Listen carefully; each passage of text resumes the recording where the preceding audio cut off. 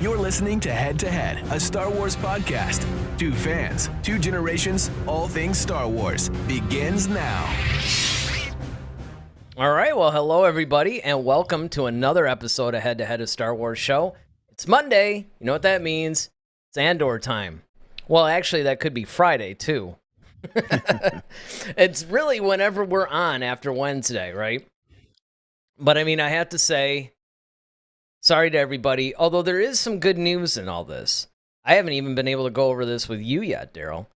But there is good news. So, apparently, and we could talk about this while you guys are hitting the like button and the subscribe button. They actually have now opened the community tab in the advanced features for YouTubers that have less than like 1,000 subscribers or something. So that's like a new development, and that's an important one because a lot of times we'll know in advance that we can't be on, but we really have, I mean, other than maybe me uploading a video saying, hey guys, you know, can't be on Friday or can't be on Monday or whatever. Now we can actually not only let you know if it's going to be pre-recorded, if we're not going to be on at all or whatever through the community tab, but we can also put polls up and just keep a regular communication going through that. So that was, I haven't had a chance to scope it out yet, but that's super exciting news because, that's one of the things that I have been just really, what's the word? I guess frustrated. I've been really frustrated that we haven't had access to that because, especially doing a live streaming, it's not so bad if you're just uploading videos or whatever. But if you're actually a show like ours where you're doing live streams twice a week, yeah, you need that community tab so you can, you know, keep up and let your audience. Yeah, exactly. So with that, Andor, this is a big episode. Actually, this is a game-changing, really, really, really, really big episode. And of course, it should come as a surprise to exactly no one that I've got a ton of notes on this thing, as I'm sure you do probably too. And you know, just in the interest of transparency, usually what I'll do, and I had a chance to do that this time, is I'll watch the show first for kind of an entertainment thing, and then I'll watch it again, and just as the scenes go, I'm basically noting things that I think are important to bring up during our review. So, overall, of course, you know, I'm going to turn it over to you in a second here, but I would say that this episode takes a lot of the political type things that we got in the prequels, but does an even better job of presenting them to the audience. Like, it kind of takes the best of those political moments in the prequels and gives it to us in a much better form. And it really felt Star Wars-y now. So, yeah, I was a really, really big fan of this episode. Yeah, I definitely really enjoyed this episode. It had a lot of meat on the bone. There's a lot of setup here. There's a lot of uh, great moments, like great dialogue, great um, situations. There's a lot of even some names being thrown around. I mean, there's a lot of things that are really happening in this particular episode of Andor. So to me, I think this is one of the better ones. I agree with you, Eric, when you say that, they did the political thing right. Yeah, they definitely took the best of the political stuff and, if I can use this terminology, supersized it, um, and really put it to the forefront, which I really, really enjoyed. Because this is the part, we're at the part now that we kind of saw a lot in the trailers, and we're at the part now where I'm really interested in the show because a lot of big things are happening now. Yeah, I actually concur. I think that one of the coolest things about this episode is that it is finally now becoming the show that we were promised.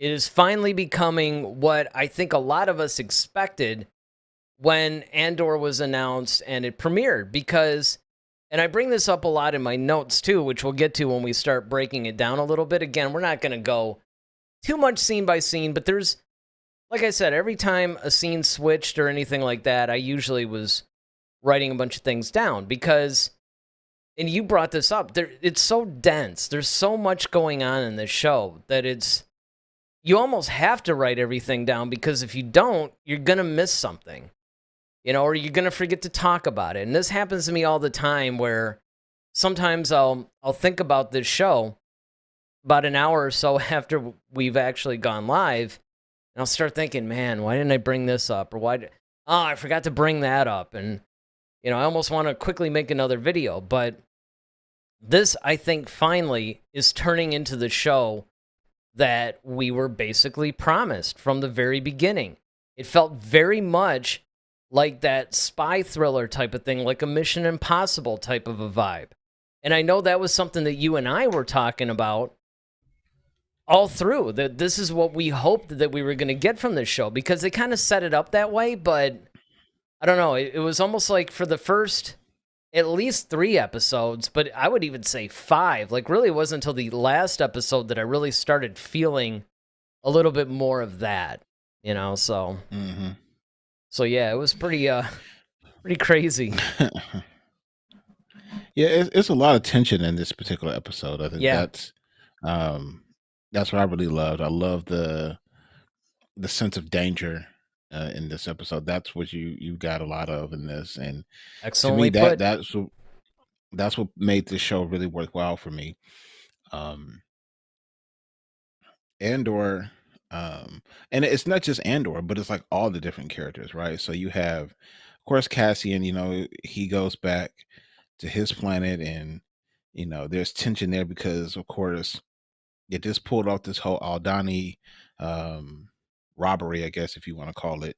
So there's a tension there of him trying to maneuver around there and try to connect with certain people, and certain people really aren't vibing with him because they're looking at him as the cause of a lot of this stuff that's happening on their planet.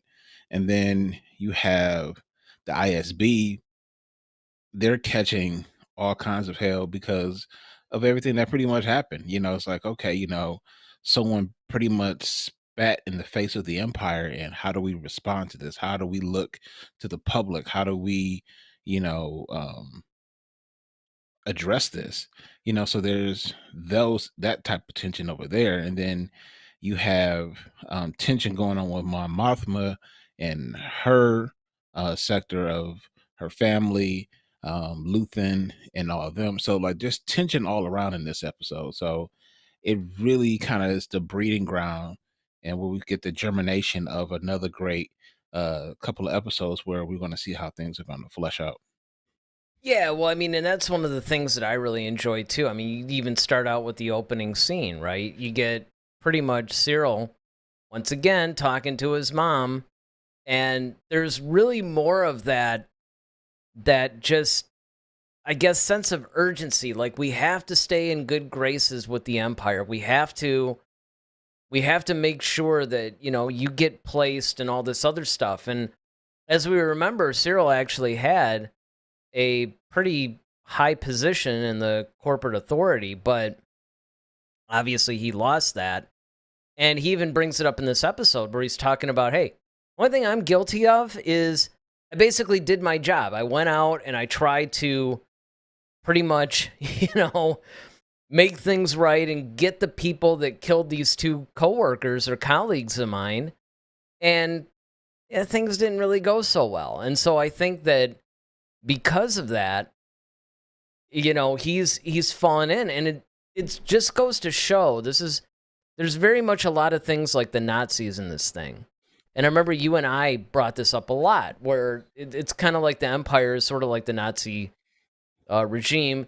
It's a very fascist thing, and they're basically going on that same kind of a thing, right? To where they start out looking like the heroes of the story, and then as the longer that they stay in power, the more rights that are taken away, the more suspicion is happening, the more you make the wrong move, which of course we see at the end of this episode with Cassian himself. it doesn't really take much to go from a law-abiding citizen to all of a sudden you're in some sort of a prison. And so Cyril's mother, knowing this, she's looking like, look, you gotta get back in with these guys. You have to get a good position. We need to survive, and it's really about survival at the end of the day. So, I mean, that opening thing, and you brought this up too, the whole Aldhani heist. You stole my thunder a little bit on that one. No, sorry about that. Well, I mean, but it's totally fine, because that's really what, if you think about it, what this whole episode is about. It's about how this one incident affects the Empire, affects the citizens of the Empire, and affects all the various characters that we've come to know and love. And so, yeah, I mean, I thought that those two things were just really cool. Yeah, I mean, it's the ripple effect, right? There's a moment that happens with the Aldhani heist, and then there's waves that hit various people, and it's no different than what life is like here on Earth, where something could have happened and it creates like the coronavirus, for example. I know everyone's tired of hearing about it, but just think of something like that, right? Like, okay, it starts a ripple effect, and then now businesses are affected. Well, once businesses are affected, now people's way of living are affected, and people start traveling, and people are doing this and doing that, and everybody is responding to this thing differently. And that's exactly kind of what happened, because at this point, no one had ever basically stood up to the Empire and says, "Hey, we're going to thumb our nose, our nose at you guys, or we're going to basically spit in the face of the Empire." And the Empire wasn't prepared for that, because they're so used to having such a, pretty much a grip on things. But and as we start to see, it has some positive effects, but also has some negative effects, because now the ISB and the Empire are like, oh, okay, well, if people want to act like this, let's tighten the grip now. And so what people thought was harsh before, now it's going to get worse. Exactly. And then so a lot of people are like, well, dang, everything was, I mean, it wasn't ideal, but it still was livable. But now what's going to happen because of this? Like you said, now judgments and things for something like so petty is now considered like acts of terrorism now, all of a sudden. And you have the positive where it sparks some things in people who are like, oh, okay, well, I never really did like the Empire, but you know what? Good for them for fighting back. So you have these two different, you have this polarizing effect where you got some people who are like happy that, the Aldhani situation happened, where, someone stood up to the Empire, to the big bad Empire, and said, hey, you still can get touched. And then there's the other side of it where, like, look, don't poke the bear. Like, listen, it's not ideal, but we're surviving. And so now you're starting to hear the different versions of people's ideals, where it's like, okay, one of the greatest lines I liked in this is like, the Empire is slowly choking people, and they don't even realize that they're being choked. Yep. And we're getting a lot of those kind of lines. And going off of what you're saying, I mean, one of the things that I thought was really cool was it's almost like a boa constrictor, right? You want to escape, but if you try to move, it'll then tighten its grip, basically. And I think that that's one of the things that is the reason why these type of people can stay in power, because what happens is everybody's like, look, don't rock the boat. Like you said, it's not an ideal situation, but at least we can deal with it. We can live through this. It's not that bad. And of course, the reality of the situation is it's going to get that bad. It's going to get worse. But from, the average citizen point of view, it's like, look, if we just don't rock the boat, if we just do what these people say, if we just stay out of trouble, everything will be fine. And you and I talk about this all the time, is the fact that on one hand, like you said, you had the two different reactions. But the only thing that I would add, though, in one of those reactions, because, obviously the one reaction you talked about is, hey, nobody should be poking the bear here. Let's just, everybody just chill and be cool. Right. The other one where where you were talking about where people would be like, hey, good for them for standing up. One of the other effects, and they talked about it in this episode, is the fact that you get people saying, hey, you heard when, I forgot who it was. It might have been Luthen, or it might have even been somebody in the Empire, but somebody was alluding to the fact in this episode that once that happened, they're starting to see more people standing up, because now it comes back to that theme, especially during this era of Star Wars. Really, you could say this is a whole franchise, but during this era, it's that hope. Hope is starting to come into play here. It's because once you give people hope and say, hey, look, we can actually overcome this, that's when you start to, to really take shape. And it was also nice, although, now I'm kind of bouncing around here, but it was also nice to see that different side of the building blocks of the rebellion, because whenever we saw the rebellion, it was all, well, they were already kind of a united front. I mean, even in Rogue One, which was, up until now, pretty much us seeing the embryonic stages, right? Because, yeah, we saw a little bit of it with Obi-Wan. We saw a little bit of it with Episode 3. But, this is where we're really seeing how they're not quite united yet like they were in Rogue One. With Rogue One, the Battle of Scarif, that's when they really became the rebellion that we know in Episode 4. But they were still pretty united. They had their own army, basically. Here, it's sort of like they're building a network, and it's like they're having different ideas about, well, how should we go about this? Mon Mothma's like, hey, I thought we were just building a network and we're just getting support and all this stuff. And Luthen's over there like, no, we got to make some noise. We got to act. We have the network, basically. Now we got to use it. Yeah, I think, and let's just hang out here for a second. When you're building something like this, and I can understand both sides of the equation, because on my Mothma side, she's thinking like, okay, we're just kind of building, gathering the people and trying to see who's available that we can really utilize in this war that's coming. And then you also have Luthen, who's kind of like, listen, in order to get those people on board, because right now everyone's kind of scared. We always talked about, even in the sequel trilogy, where it's like, being a spark that,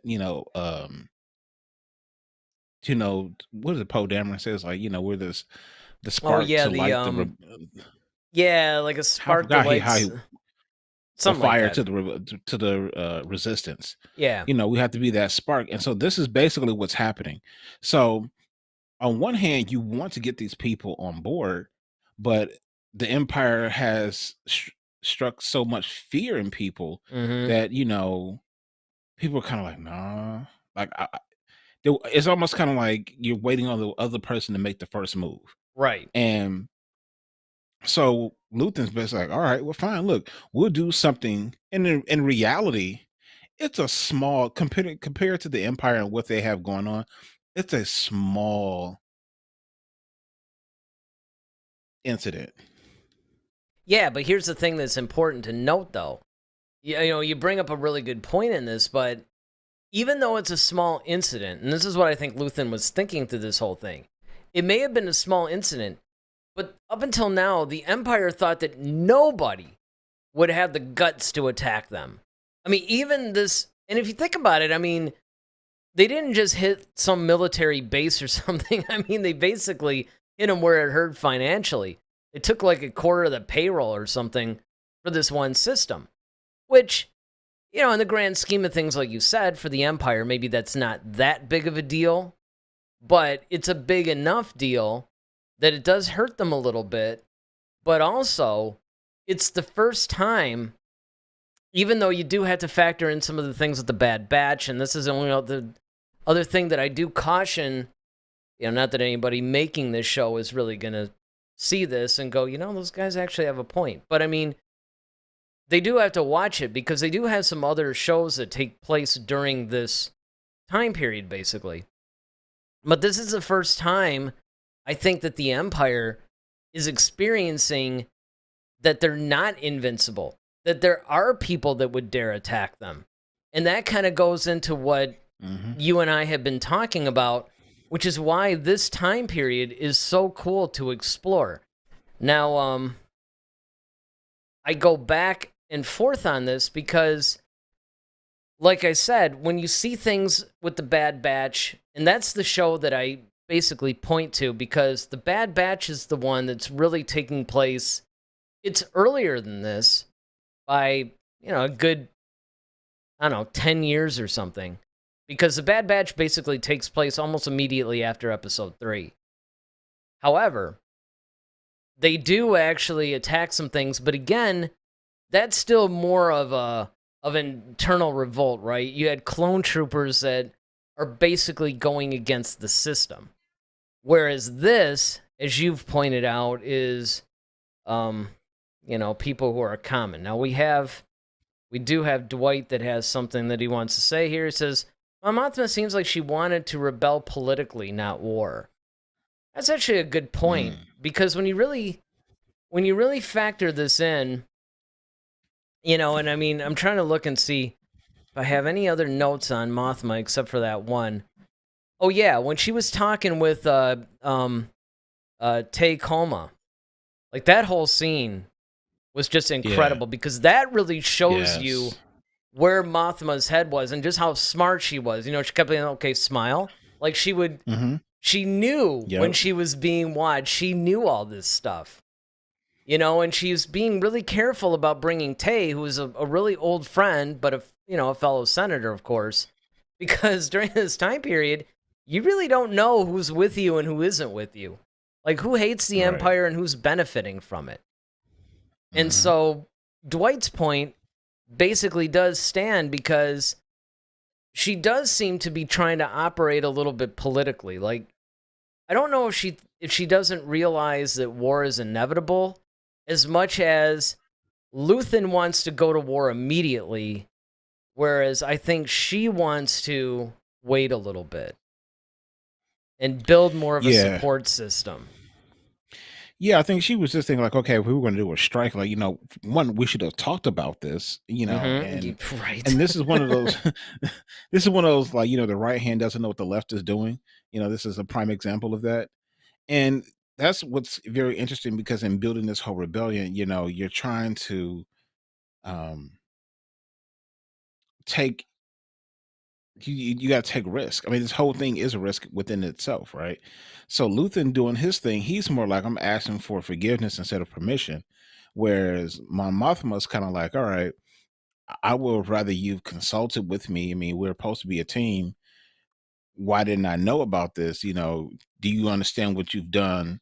Because she's thinking of the political fallout that's going to happen because of this. And she's thinking like, okay, the Empire is going to tighten its grip on everything now, because we struck, almost like Cobra Kai, we struck first, right? So now the Empire is going to have this whole, it's going to lock everything down. It's going to tighten the security. It's going to be harder to move. And it was already hard for her to move anyway, because she was being watched so closely. So she's like, well, do you realize what you've just done?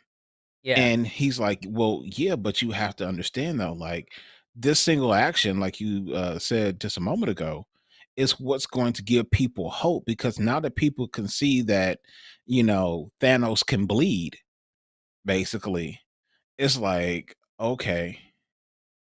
Or, when Batman asked Superman, do you bleed? And it's one of those like, oh, okay, the Empire is like this impenetrable force. And then now you struck a blow where it's like, oh, they can be touched. Oh, you can get hurt. Oh, you're not as powerful as we thought.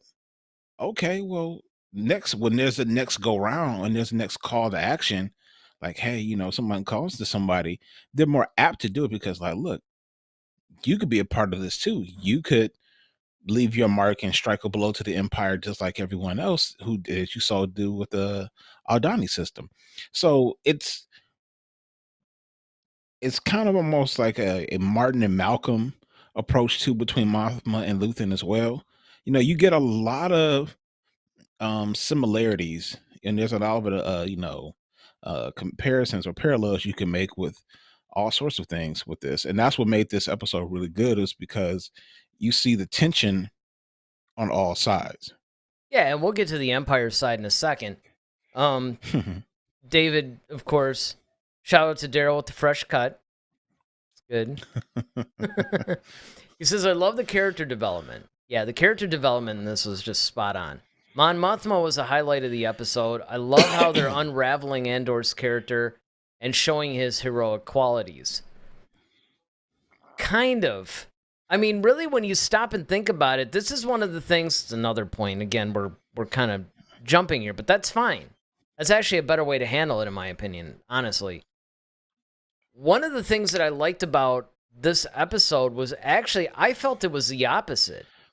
Because the whole time, Andor's basically like, look, I just want to get out of here. I've got some credits. He goes to,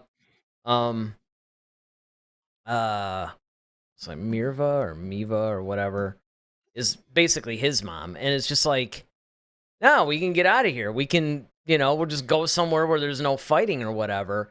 He's still in that runaway mode. I was actually thinking back to when you look at him in this episode where he's still basically looking out for himself.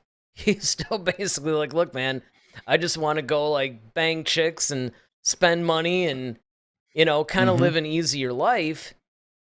But yet when you think about him in Rogue One, he's kind of like a top guy in the rebellion at that point. And so looking at where he is in this episode, I'm really curious on seeing how he gets from where he is now to where we see him in Rogue One, actually. Yeah. I think, it's one of those things where, we always talk about the story, right? And that's a really big part of the story, is that the character development, right? So we're seeing a development on Mothma's behalf. Andor, we're starting to see glimpses of like, okay, he'll do heroic things when he's almost forced to. It's not because he is a hero. It's more so he becomes a hero to people because he was in a situation. You know what I mean? It's yeah. I mean, it's almost the way you say Han Solo did, right? I mean, Han's path was kind of the same.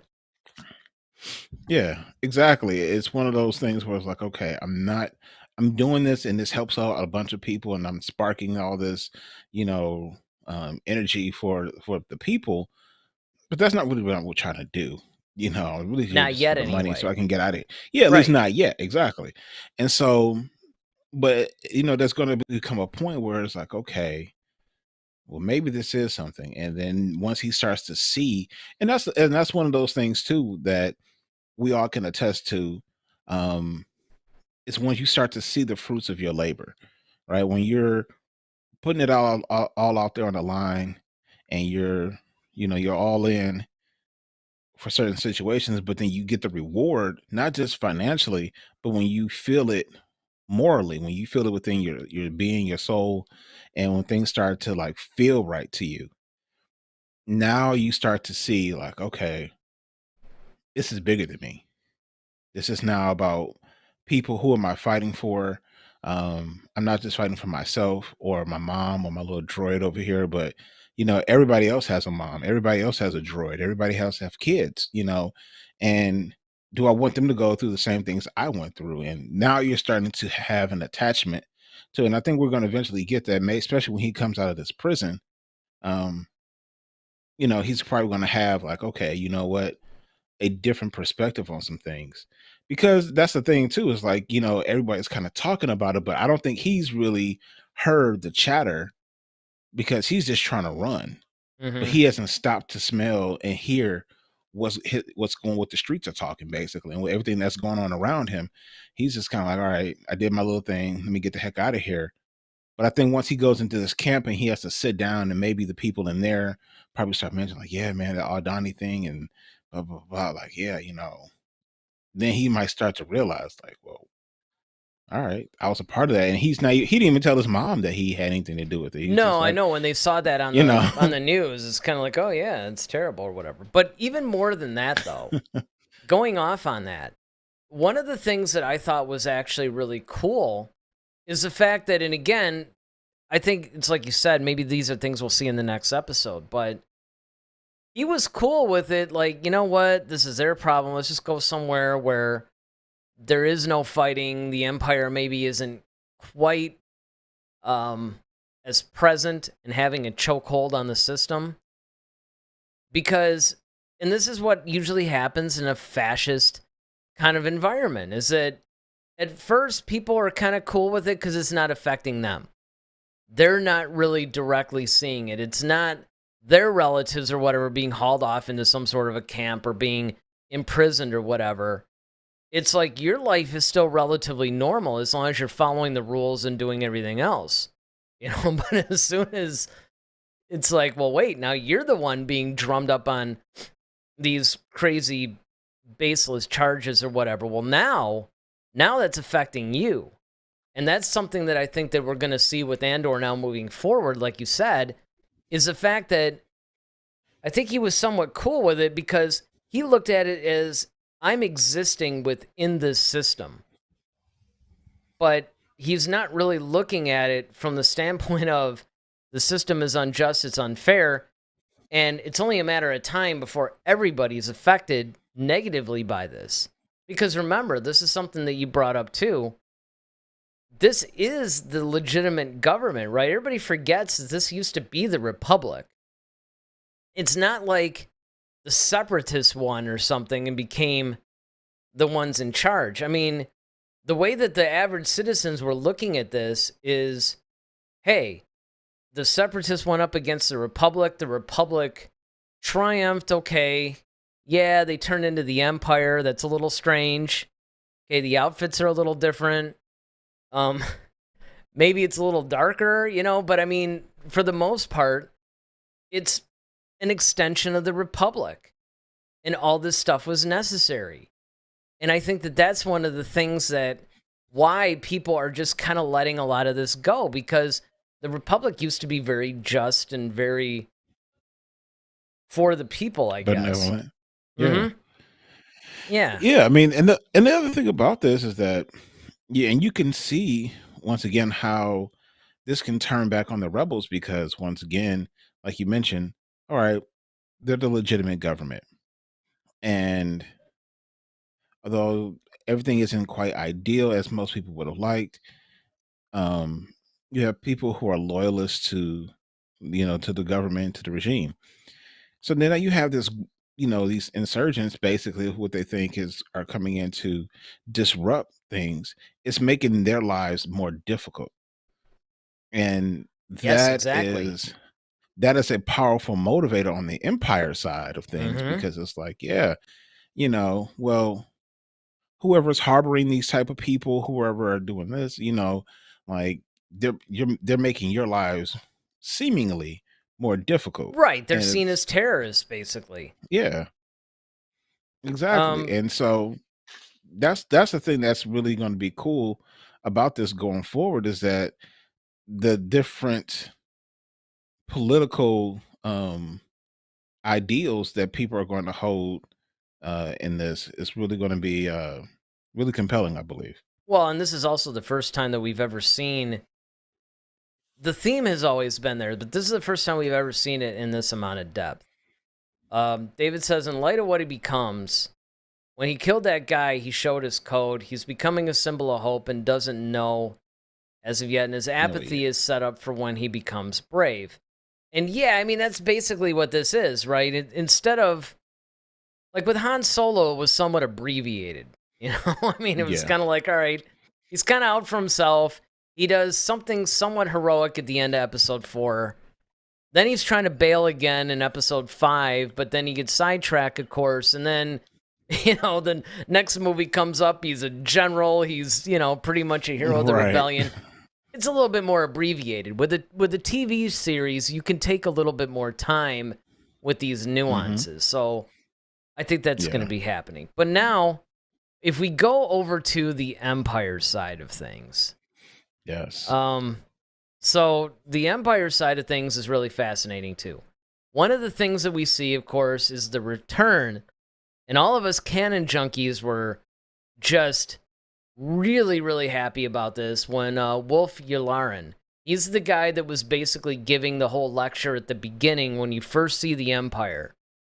He is an important guy, very important guy, because he actually was one of Thrawn's right-hand men, and a lot of people don't even realize this, but he was also present during the Episode 4 Death Star conference meeting or whatever, that Vader and Mahdi and Tarkin and all those guys, when it's kind of like, I find your lack of faith disturbing and all that stuff, that whole scene, he was actually in the room.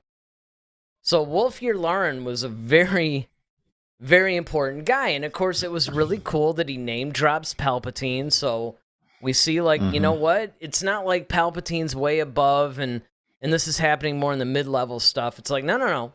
Palpatine's fully aware. And, I like it. It's kind of like, yeah, you're going to have all the military and all the support that you need for this. And his lecture's really ominous, and it also demonstrates how terrifying it must be to be in the Empire, right? Because this is kind of the thing that you and I have seen a million times, where you do something wrong, Vader chokes you out, and, that's pretty much it. No second chances. Well, back then, it's kind of the same thing. That you better step up and perform or else. And I mean, it just, there's that whole thing that's really cool. And of course you have Deidre, who's basically figuring out the motives, and she's really trying to do her whole thing. Then you have Blevin. Blevin pretty much always had it in for her. And I thought it was great, when he was bringing up all the stuff and, trying to get her in trouble. And it basically got turned around on him. Those are the kinds of things that I think are really cool to see from the Empire's point of view, because we never see anything like that.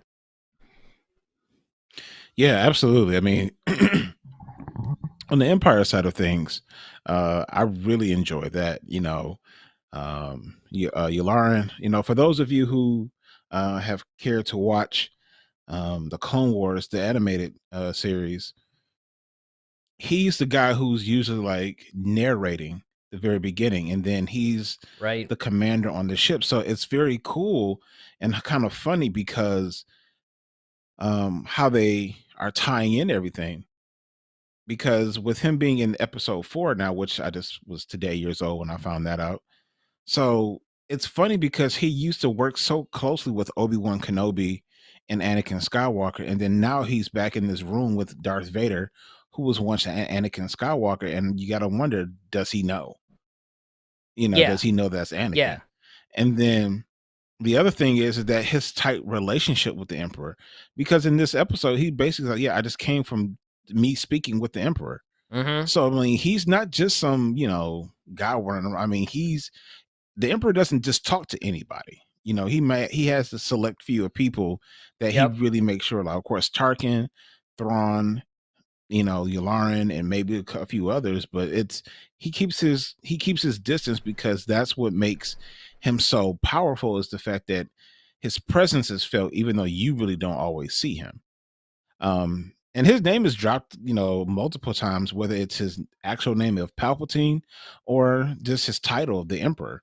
Even when Cassian was getting hauled off to jail, like, take it up with the Emperor. It's just like, yeah, you don't want that one. Yeah, I know that was. But so that was really awesome.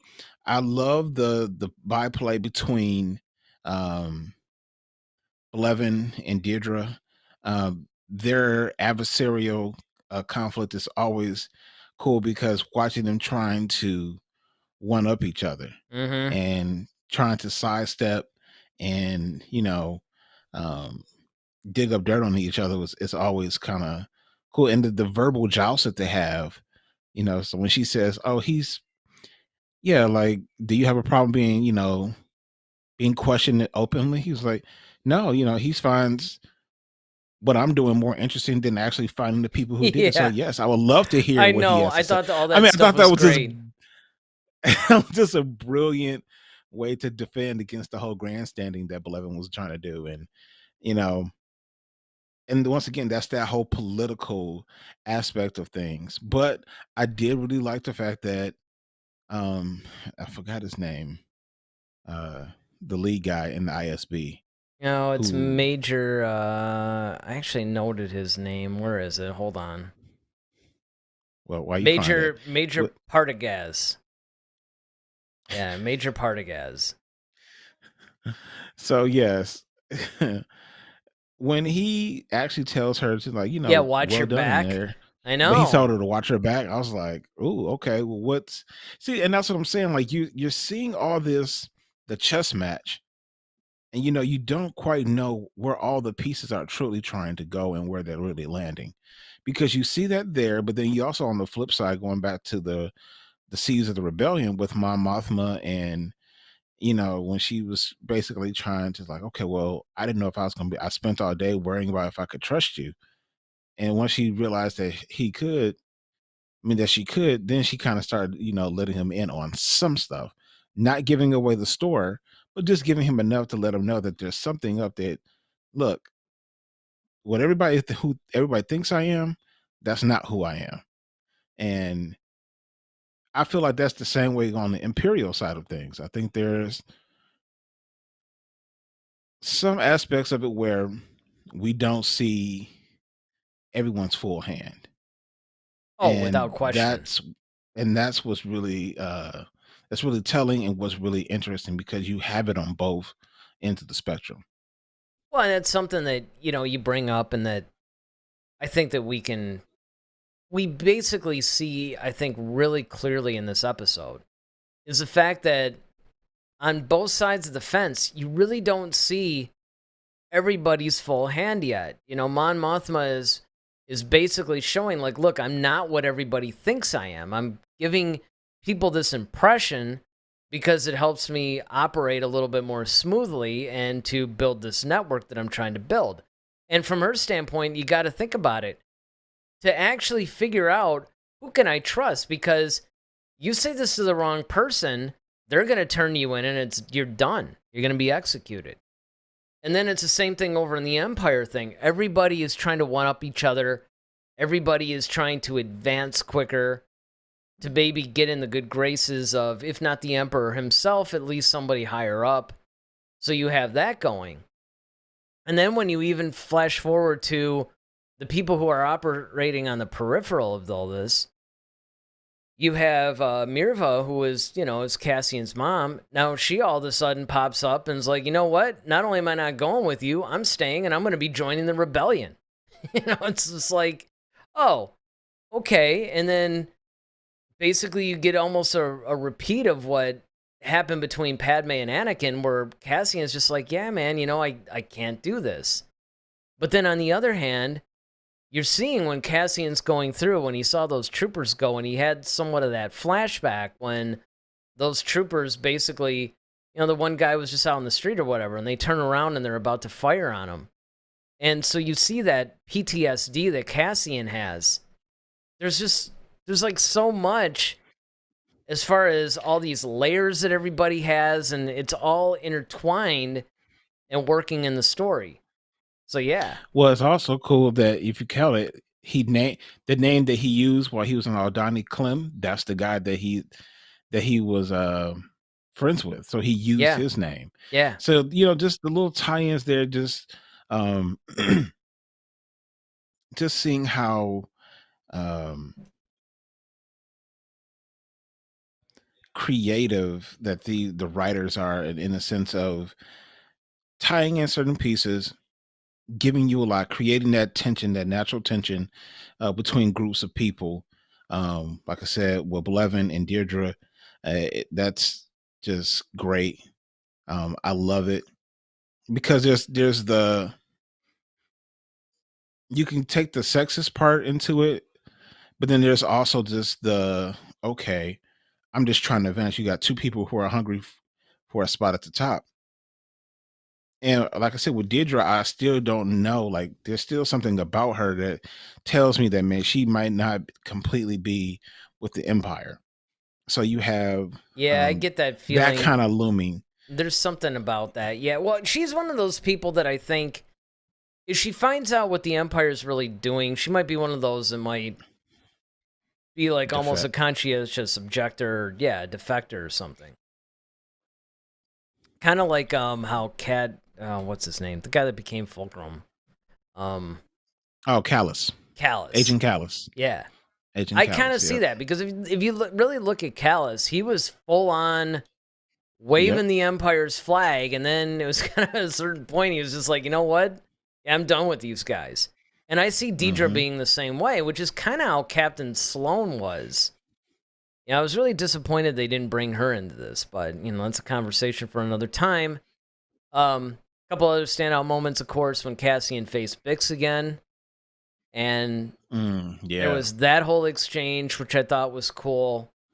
And then, of course, when he did go to Neamos or whatever the planet, the pleasure planet, the Hawaii planet, basically. Dude, I love that synth music that was playing. Yeah, as the intro to that. And then, of course, they brought that back for the credits, but I don't know. I really love that. And the music in this is something else that I think is really cool, is how they blend a lot of the classic Star Wars stuff with some of this other stuff. And it basically, it fits. It really fits. And I was really kind of shocked by that. And then, of course, on that planet, I think that was going to end up be K2SO. Yeah. Because we know he's going to be in the series at some point. So I'm almost wondering if because there was a couple of those droids that were actually there, but the one that was grabbing his throat, I wonder if that's going to be K2SO. If that's going to be K2SO, or maybe, because, basically the whole backstory is they reprogrammed him. So maybe it's another droid, that he deals with in prison. But I thought that was kind of a cool intro, too. And when, the droid's walking up, into frame, and then he's dragging those two people with him. And that's another thing, man. Those Imperial droids were really menacing. And I thought they did a good job, once again, of bringing that forth. Yeah, absolutely. They're including a lot of different things. Like I said, we're starting to see some stuff from Rogue One pop in. We're hearing the mention of Palpatine. Now we're starting to feel a little bit more like Star Wars now, but you're still getting that awesome political thriller. You're still getting a lot of cloak and dagger conversations between, like I said, you see Mon Mothma and Luthen. That was a great moment. Just watching them try to kind of politically battle each other while still trying to remain pleasant in front of her driver, because we all know that he's ISB, he's just undercover. And so just watching Mon Mothma having to move in a room full of vultures was a thing of beauty. And that's kind of what we're starting to understand, like the leadership differences. We're starting to understand, like, some people are more about action or immediate action. Some people are playing the long game. You got some people who are just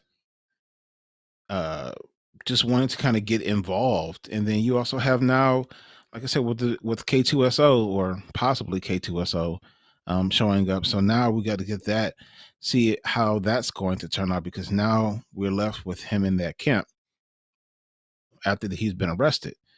But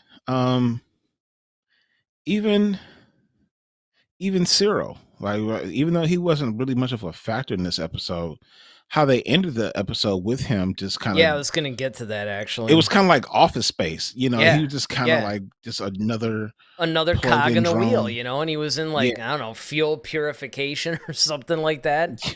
But yeah, exactly. There's more to that, because remember, he was he was basically looking at Cassian's holo pretty much at the end of the last episode, and now I think that he's trying to work his way up, and he's going to try to somehow get back to where he was. But again, it was kind of like he was the big deal in the corporate sector authority, and now you look at him in the Empire, and he's just, as they slowly basically reveal, it kind of reminded me of the pods in the Senate room, where he was basically like this really small part of this bigger machine.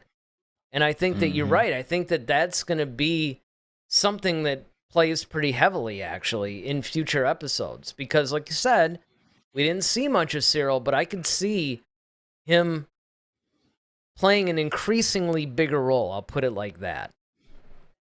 So with that said, what do you want to see in the next episode? Because, again, this is the first episode of this next trilogy. Because remember, 1 through 3 was kind of a story arc. It was kind of a trilogy. Each trilogy, or every 3 episodes, is kind of like its own story arc. So this is the first episode of this new story arc. Yeah. What I'm looking to see for the next episode, continuation. I just want to see the further development of these characters. I want to see more of Blevin and Deidre's adversarial relationship. I really want to see how Mon Mothma is going to deal with her old friend, and as far as converting him to the rebellion.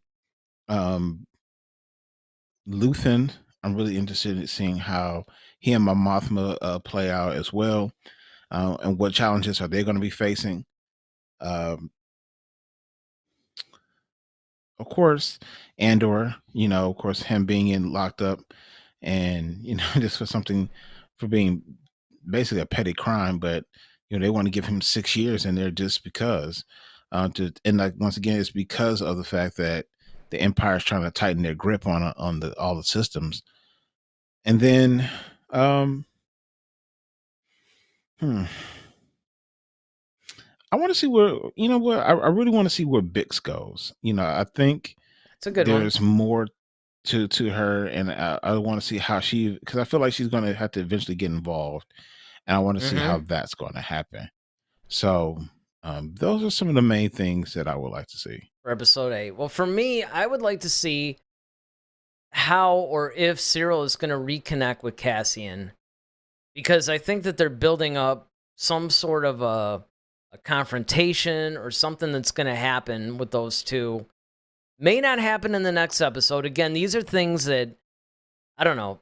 Part of it is like, here's what I hope for the next episode, but really here's where I hope for the story arc. And again, I mean, there's 12 episodes in this thing. It could be in the 11th or 12th episode. I don't know.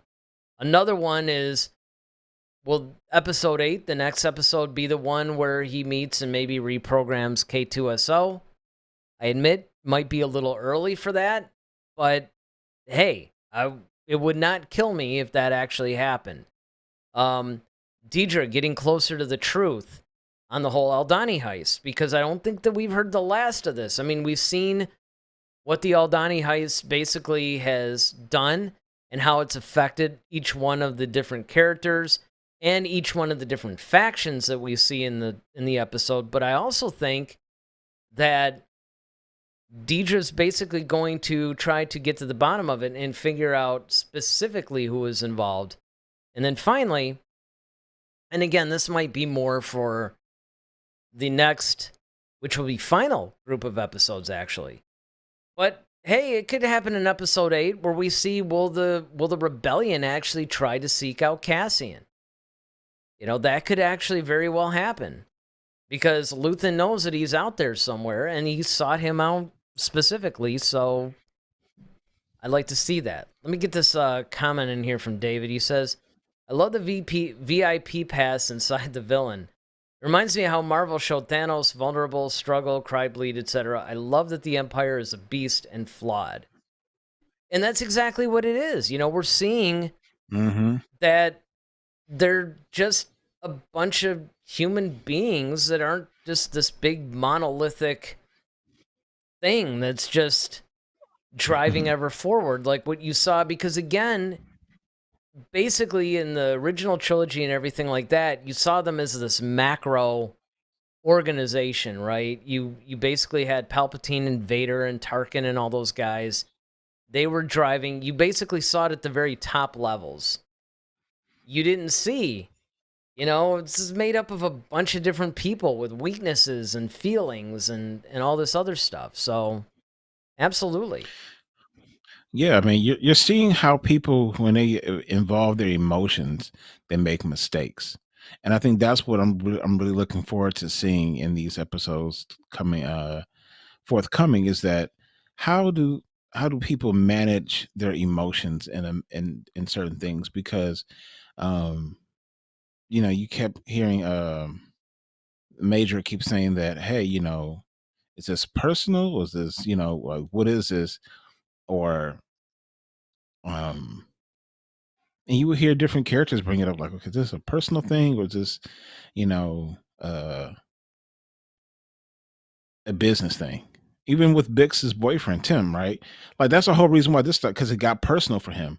He turned him in because he was jealous, because he thought that, Cassian and his girl hooked back up or something. So he wanted to, all right, they are looking for him. Well, yeah, let me give them to him. They're not look like the hero. And so then that's what kind of spiraled a lot of different things and set things in motion. It's because people's emotions are getting the best of them in some ways. And sometimes it's for the good and sometimes it's for the bad. And so I think that's what brings the drama and the tension in the show, because you have it once again on each side of the coin here. And sometimes the good guys win, sometimes they lose. You live and die by your emotions a lot of times. So well, and that's what's going to be the X factor. Yeah, and I'm really interested to see what this story arc is going to be, because we knew in the last one, even from the first episode, ultimately this is going to be about this heist. That's what they were setting up. It's not so clear on this one. We don't really know where we know what they're doing, but we don't know where they're going. So it's going to be really interesting. But of course, as we always say, it's not about what we think, it's about what you guys think. If it were about what I think you all should be hitting that like button, hit the subscribe button, hit the notification bell so you guys know. In fact, at some point, I'm going to actually create a graphic that I'm going to put up to give visual reinforcement to this whole thing. But for now, until that's done, like I said, hit the like button, hit the subscribe button if you haven't done so already. This Friday, there's a lot of stuff that's coming up. There's one of the Lucasfilm main employees basically stepped down. There's been talk that Disney won't let Kathleen Kennedy move forward with any new Star Wars movies, right? I mean, there's a lot of things that are going on that I think that we can, we could definitely talk about for Friday. I'm really curious on where this is going to take us. And of course, Dave's like, great show, gentlemen. May the force be with you always. Thanks a lot. We appreciate that. Thank you, sir. Yeah. So, I mean, there's a lot we could talk about. Keep your eye on this community tab. I'm going to start posting stuff on it. Maybe put up some polls, see what you guys want. But again, with Andor, what'd you guys think of this episode? We know what everybody that was watching live thought. You guys know what we think. I want to know what you guys think. Leave it in the comment section below. What were some highlights from this episode? What were some things that you didn't really like about the episode? What do you want to see in the next one? And with that, I'm Eric Vansel.